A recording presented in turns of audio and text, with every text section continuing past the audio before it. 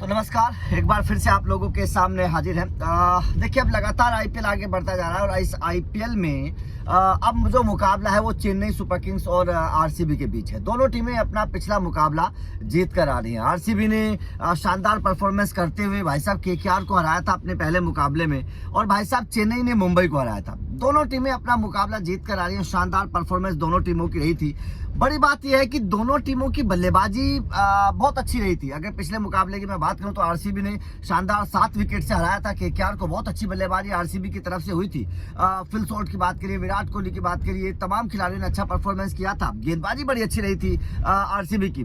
तो वहीं अगर मैं बात करूं तो चेन्नई की भी उसी तरीके का परफॉर्मेंस था। गेंदबाजी में बहुत अच्छा रहा था और बल्लेबाजी में बहुत अच्छा रहा था। लेकिन अब चेन्नई सुपर किंग्स की प्लेइंग 11 क्या होगी, क्योंकि दोनों टीमें जब आपस में भिड़ेंगी तो कैसी प्लेइंग 11 के साथ चेन्नई सुपर किंग्स उतरेगी। चलिए इस पर एक बार डिस्कस करते हैं कि अब चेन्नई अपने दूसरे मुकाबले में जब आरसीबी के खिलाफ आएगी तो किस प्लेइंग 11 के साथ मैदान पर उतरेगी। देखिए, चेन्नई की टीम में मुझे एक चीज बड़ी खास नजर आ रही है। सबसे बड़ी बात यह है कि चेन्नई के पास बल्लेबाज और गेंदबाज दोनों बहुत सॉलिड है। बहुत अच्छी प्लेइंग 11 चेन्नई की बन रही है। कप्तान ऋतुराज गायकवाड़ जिम्मेदारी ले रहे हैं। पिछले मुकाबले में भी बहुत अच्छी परफॉर्मेंस उन्होंने की थी। लेकिन चेन्नई के पास जो इस बार एक खास चीज आ गई है वो है त्रिदेव, मतलब ट्रियो हो गया है स्पिनर्स का। स्पिनर्स के ट्रियो में रविंद्र जडेजा है, आपके पास नूर अहमद है जिन्होंने पिछले मुकाबले में 4 विकेट चटकाए थे। उसके बाद में रविचंद्रन अश्विन है, पिछले मुकाबले में अश्विन ने भी 1 विकेट लिया था। ये चेन्नई के पास बड़ी ताकत है और मैं यही समझ रहा हूँ कि आरसीबी कैसे चेन्नई के इन 3 स्पिनर्स का सामना करेगी, क्योंकि बड़ी शानदार गेंदबाजी तीनों स्पिनर्स करते हैं। पथिराना बहुत अच्छा कर रहे हैं, उधर Khaleel Ahmed left arm pacer बहुत अच्छा परफॉर्मेंस कर रहे हैं। शानदार रोहित शर्मा का विकेट चटकाया था पिछले मुकाबले में, खलील अहमद ने 3 विकेट चटकाए थे खलील अहमद ने। तो ये जो चेन्नई की गेंदबाजी है ना, नाथन एलिस बहुत अच्छा परफॉर्मेंस कर रहे हैं। चेन्नई के पास बहुत अच्छी गेंदबाजी है। गेंदबाजी बहुत सॉलिड चेन्नई की मुझे इस बार नजर आ रही है और सारे के सारे गेंदबाजों को ये पता है कि उनको करना क्या है, किस तरीके की गेंदबाजी करनी है। उसके बाद में बल्लेबाजी की आप बात कर लीजिए, भाई साहब रचिन रविंद्र का तोड़ किसी के पास नहीं है। दुनिया में कोई ऐसा गेंदबाज नहीं है जिसके पास रचिन रविंद्र का तोड़ है, क्योंकि पिछले 6 महीने में जिस तरीके से रचिन रविंद्र बल्लेबाजी कर रहे हैं उनको आउट करना मुश्किल है। गेंदबाज उनको आउट नहीं कर पा रहे। पिछले मुकाबले में भी वो एक छोर पर खड़े रहे थे, मैच जिताकर गए थे।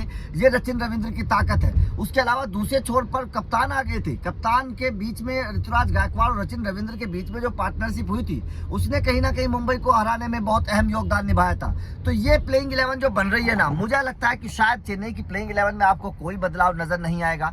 सेम प्लेइंग 11 के साथ चेन्नई जो है वो आरसीबी के खिलाफ मैदान पर उतरेगी और मेरे हिसाब से करना भी नहीं चाहिए। अगर करना होगा तो बस राहुल त्रिपाठी, एक बदलाव हो सकता है शायद चेन्नई में कि राहुल त्रिपाठी की जगह कोई दूसरा खिलाड़ी आपको नजर आए यहाँ पर।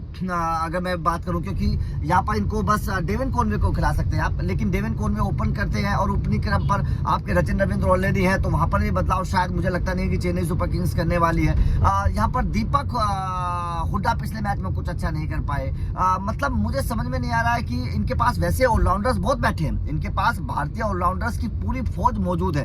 ये उनको खिला सकते हैं। भारतीय ऑलराउंडर्स इनके पास बहुत अच्छे हैं, लेकिन अंशुल कंबोज इनके पास एक बहुत अच्छा खिलाड़ी है जिसको मौका दिया जा सकता है। गेंद और बल्ले से दोनों से कमाल कर सकता है। चेन्नई की गेंदबाजी भी मजबूत हो जाएगी। एक और अच्छा ऑलराउंडर चेन्नई के पास आ जाएगा अगर अंशुल कंबोज आ जाते हैं। तो चेन्नई के पास बहुत अच्छी टीम है। वैसे मुझे लगता नहीं है कि आरसीबी के खिलाफ चेन्नई कोई बदलाव करेगी, लेकिन अगर एक बदलाव हो सकता है तो मेरे हिसाब से अंशुल कंबोज को मौका देना चाहिए चेन्नई सुपर किंग्स को, क्योंकि ये खिलाड़ी बहुत तूफानी है। और तूफानी केवल अंशुल कंबोज नहीं भाई साहब, चेन्नई की टीम मुझे इस बार बड़ी तूफानी नजर आ रही है और इतनी तूफानी नजर आ रही है मुझे लग रहा है कि शायद चेन्नई सुपर किंग्स इस बार खिताब जीत सकती है, क्योंकि जिस तरीके से पहला मुकाबला चेन्नई खेली थी गेंदबाजी और बल्लेबाजी के तौर पर अगर मैं बात करूं तो बड़ा तूफानी था। आपका चेन्नई सुपर किंग्स की प्लेइंग 11 को लेकर क्या कहना है और क्या आपको भी लगता है कि चेन्नई इस बार खिताब जीत सकती है?